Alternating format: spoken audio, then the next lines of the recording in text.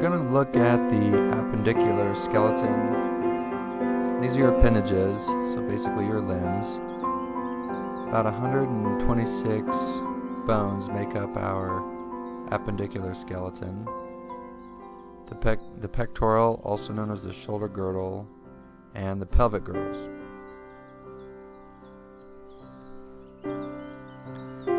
Okay, the shoulder girdle will involve the clavicle, which is here, and the scapula, which is here, and the humerus.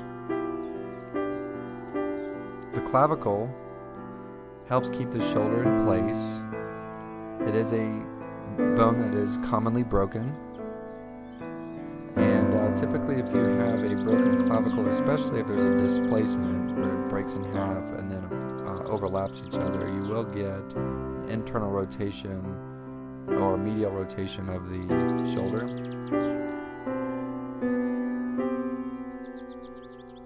The scapula, which is our shoulder blade, has a part to it that creates the AC joint or the acromioclavicular joint. So let's go back to this picture. That would be right here, the AC joint.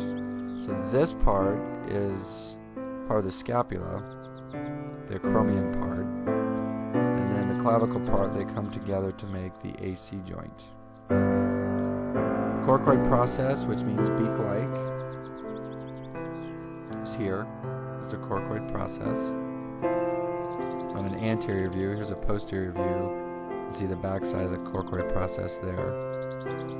Here's an anterior view, coracoid process.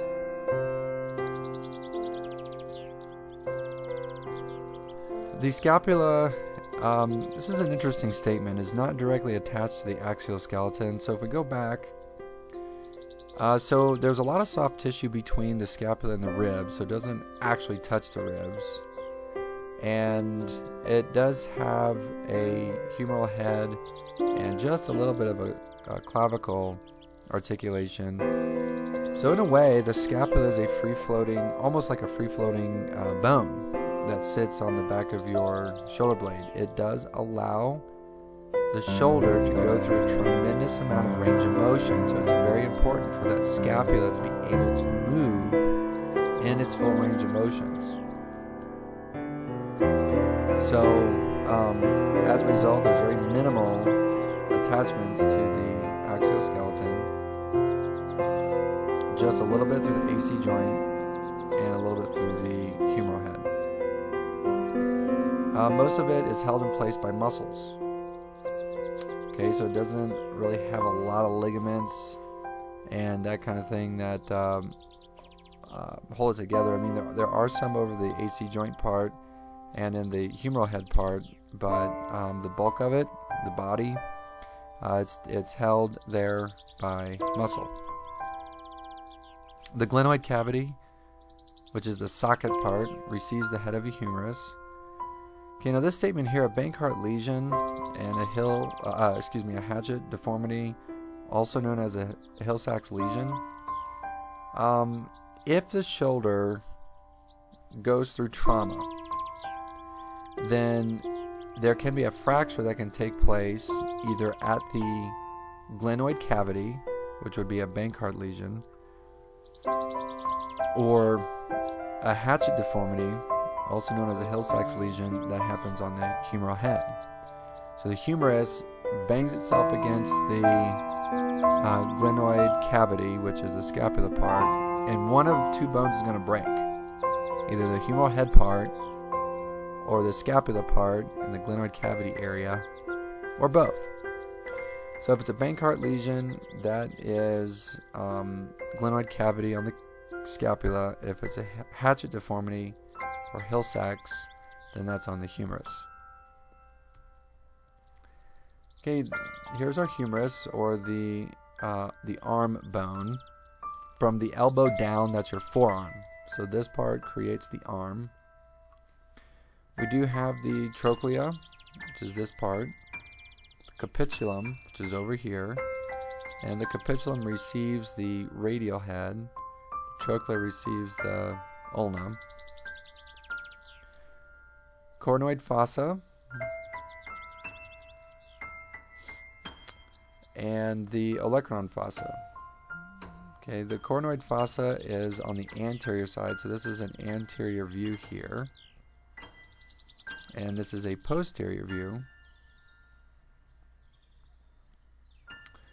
And the olecranon fossa,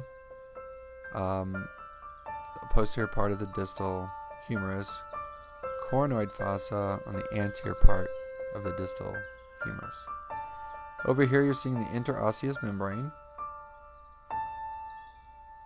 with the radius and ulna, the forearm. Okay, radius allows for rotation. The radius is always on the thumb side, so there's the rad part of radius, rad part, thumb side, so thumbs up is a rad thing, right? So hopefully that'll help you remember. Radius is always on the thumb side. Ulna is on the pinky side. Okay, with the hand, we do have our carpals, metacarpals, and phalanges. Now I went over this in lab, and also there's a review, a bone hand review.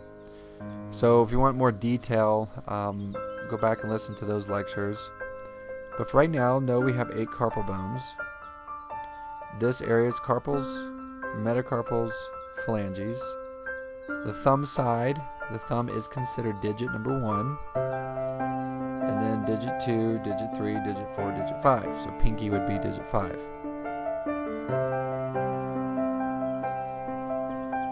So technically this would be metacarpal number 1, metacarpal 2. This would be proximal phalanx number 2. Over here would be proximal phalanx number 5. And then this would be distal phalanx number 4, distal phalanx number 1. Distal phalanx number 2, and on the thumb, distal phalanx number 1. Okay, so make sure that you know that thumb is number 1, all the way to pinky is number 5. Okay, and then as far as the bones are concerned, we have 4 bones on the proximal row: scaphoid, lunate, triquetrum, pisiform. And we have 4 bones on the distal row: trapezium, trapezoid, capitate, and hamate. Okay, now this is a posterior view of the hand. Okay, carpal tunnel. So the question there is what nerve? The answer is the median nerve. The median nerve is the nerve that gets affected in carpal tunnel. Okay, now, what is carpal tunnel? Now, everybody has a carpal tunnel. That's simply and literally a tunnel in the carpal area in your wrist bones that the median nerve can pass through. That's your carpal tunnel. So, to split hairs and be a little sarcastic, people walk around, I have carpal tunnel, I have carpal tunnel. And you could say, well, everybody has a carpal tunnel bilaterally. Both wrists have them. However, I know what they mean. What they really mean is carpal tunnel syndrome, or they have pain and all these signs and symptoms within that carpal area. So what's happening is the median nerve, which is right here, okay, that actually starts in your neck and goes all the way down your arm and into your hand, and it innervates the thumb, the first finger, and part of your middle finger. Okay, so median nerve, thumb, first finger, part of the middle finger. Now when we get to nervous system, we'll learn more about that in more detail. So median nerve is pissed. The nerve typically expands and enlarges, it gets inflamed, and starts pressing against its bony surrounding, the carpal tunnel.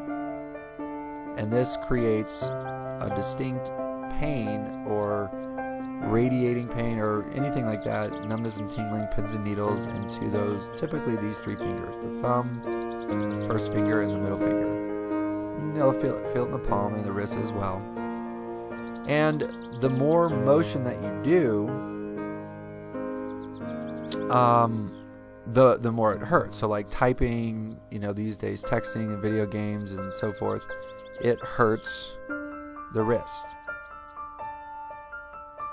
inflaming the median nerve even more. Now keep in mind, the neck is where the median nerve starts.